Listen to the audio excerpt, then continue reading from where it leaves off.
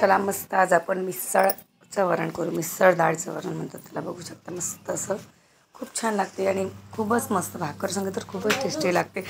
खूपच टेस्टी लागते. त्यासाठी आपण 3 प्रकारच्या डाळ्या घेतल्या, मूग, चणा आणि तुरीची डाळ. याला छान अशी स्वच्छ धुवून घ्यायची मस्त अशी आणि मस्त एकत्र करून छान अशी धुवून घ्यायची. धुवून घेतली की मस्त अशी बघू शकता म्हणजे छान धुवून घेतल्याने आपण याला पाणी टाकू.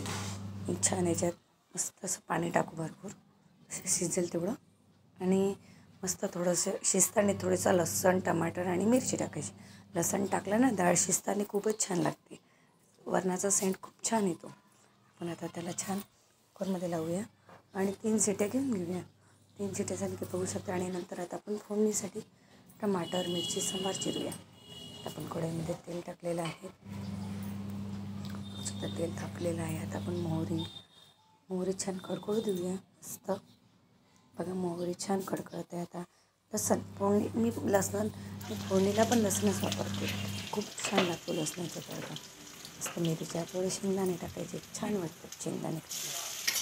शेंगदाणे टाकले आता मला लसणाचा पेस्ट टाकायचा लसूण असं होत असं छान असा बघा छान असं होत आहे मस्त असं.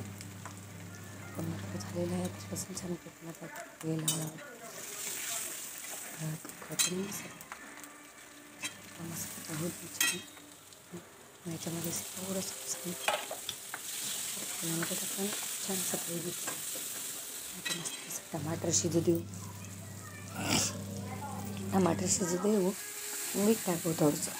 मीठ टाकायचं मस्त आणि शिजू द्यायचं. बघा डाळ तर किती छान अशी पिंड झालेली. त्याला पण छान घोटून घेऊया रईने. छान घोटलेलं आहे की आपला मसाला पण छान असा मस्त होत आलेला आहे. ते छान आहे टमाटर पण आपण मस्त असं फोडून घेऊया.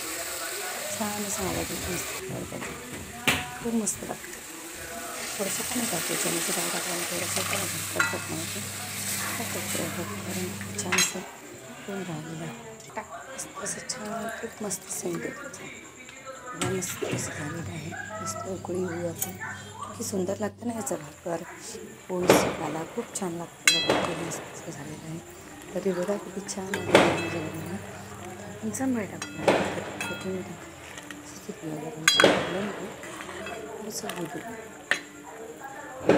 मला किती